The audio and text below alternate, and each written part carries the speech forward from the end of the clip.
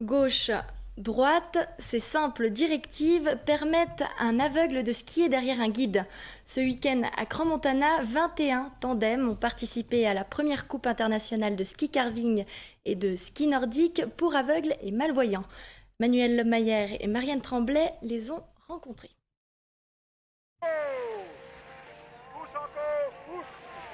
Maximilien Thillot et Christian Maurice qui ensemble depuis une année pour préparer cette compétition.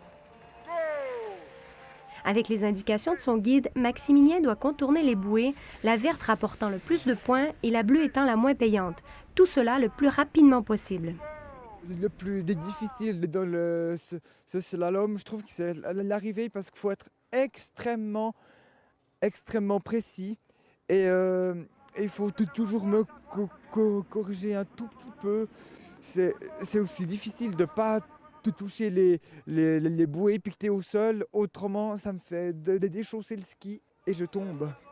Éviter de tomber, cela passe par une communication très précise. En tandem, il faut trouver un bon mélange de complicité, de technique et d'amitié.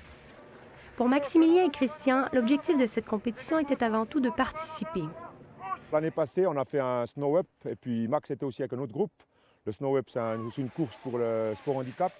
Et puis là, on a décidé de se lancer un challenge en faisant ce slalom cette année. Et puis on s'est entraîné plusieurs jours, on a pris ça au sérieux, on a essayé de faire le mieux possible.